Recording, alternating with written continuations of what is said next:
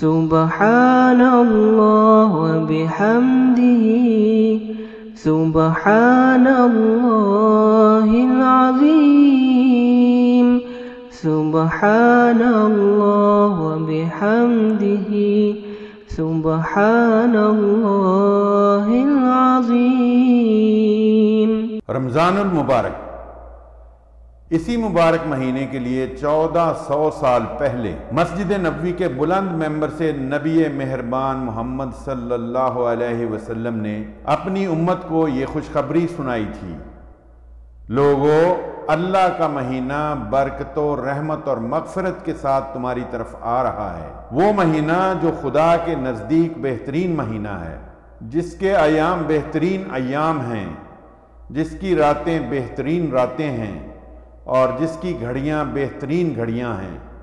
اس مبارک مہینے میں تمہاری سانسیں ذکر خدا میں پڑھی جانے والی تسبیح کا ثواب رکھتی ہیں، تمہاری نیندیں عبادت، تمہارے اعمال مقبول اور تمہاری دعائیں مستجاب ہیں۔ ان ویڈیوز کا مقصد کم وقت میں زیادہ سے زیادہ ایسا علم پہنچانا ہے جس کا تعلق ہماری عملی زندگی سے ہو۔ امید ہے کہ آپ ان ویڈیوز سے بھرپور فائدہ اٹھائیں گے۔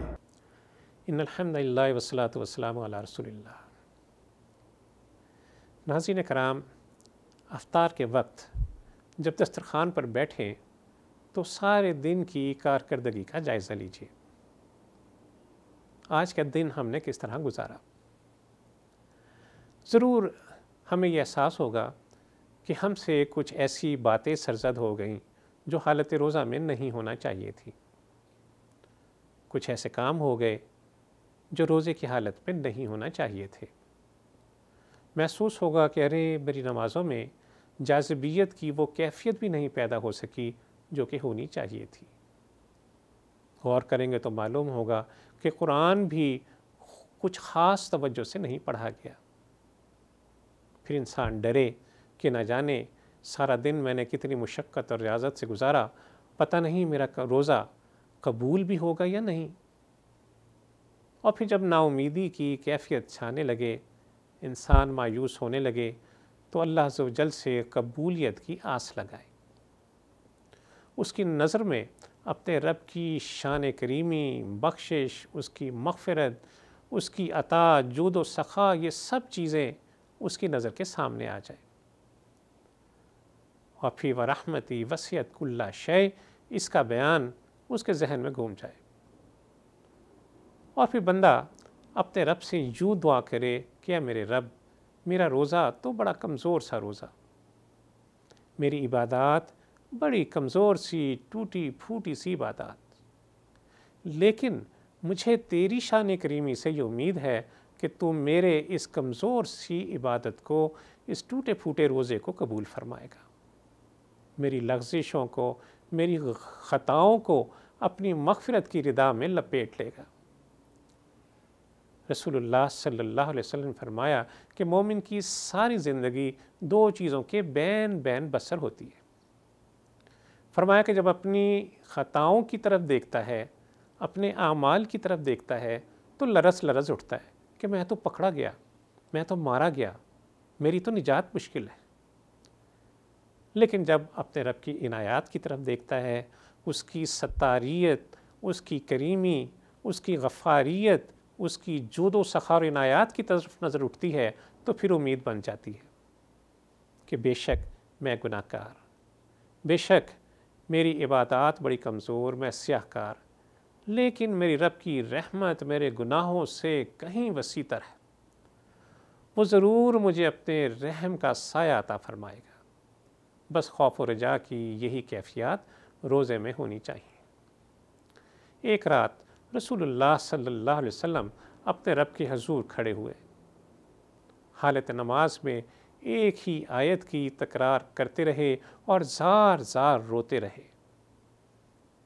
اس قدر روئے کہ آپ کی ریش مبارک آنسوؤں سے تر ہو گئی، حتیٰ کہ زمین پر بھی نمی کے اثرات مرتب ہونے لگے۔ آیت بس ایک ہی تھی اور اس سے آپ آگے بڑھ نہیں پا رہے تھے اور اس قدر آہوزاری کر رہے تھے۔ کس کے لیے؟ ذرا سوچئے، کس کے لیے؟ میرے اور آپ کے لیے، اپنی امت کے لیے۔ اور آیت یہ تھی کہ ان تعذبہم فإنہم عبادک وإن تغفر لہم فإنک انت العزیز الحکیم، کہ اگر آپ انہیں سزا دیں تو یہ آپ کے بندے ہیں، اور اگر آپ انہیں معاف کر دیں تو آپ زبردست حکمت والے ہیں۔ اس آیت کے دو حصے، پہلے حصے پر غور کیجئے، کس قدر خوف ہے۔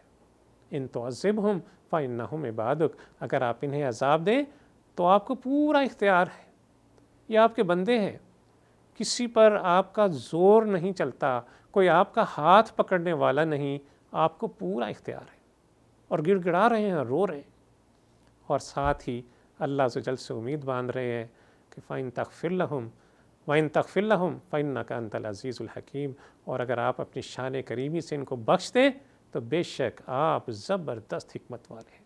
اور کس قدر رجائیت ہے، کس قدر امید ہے اس آخری حصے میں، کہ اپنے رب سے امید رکھ رہے ہیں کہ میری امت کو بخش دیا جائے گا۔ سیدنا عمر فاروق رضی اللہ تعالیٰ عنہ کا خوف و رجا پر بڑا خوبصورت قول ہے۔ آپ فرماتے ہیں کل حشر کے میدان میں اگر یہ اعلان ہو جائے کہ ایک شخص کے سوا سب کو جہنم میں جھونک دو، تو مجھے اللہ عز و جل کی رحمت سے یہ امید ہے کہ وہ جہنم سے بچنے والا خوش نصیب میں ہی ہوں گا۔ اور ساتھ ذرا خوف بھی دیکھیے کہ اگر یہ اعلان ہو جائے کہ ایک شخص کے سوا سب کو جنت میں لے جاؤ، تو اپنے اعمال کو دیکھتے ہوئے مجھے یہی اندیشہ ہے کہ خدا نہ خواستہ وہ شخص میں ہی ہوں گا۔ اللہ عز و جل سے دعا ہے کہ وہ ہمیں خوف و رجا کے بین بین زندگی بسر کرنے کی، مومنانہ زندگی بسر کرنے کی توفیق عطا فرمائے۔ اپنے روزوں میں بھی ہمیں رجا اور خوف، ان دونوں امیدوں کے تحت اپنی عادات کو سنوارنے کا موقع نصیب فرمائے۔ وصلی اللہ تعالی علی خیر خلقہ محمد وعلی آلہ وصحبہ وسلم۔ اللہم صلی علی سیدنا محمد وعلی آلہ وصحبہ وسلم۔ اللہم صلی علی سیدنا محمد وعلی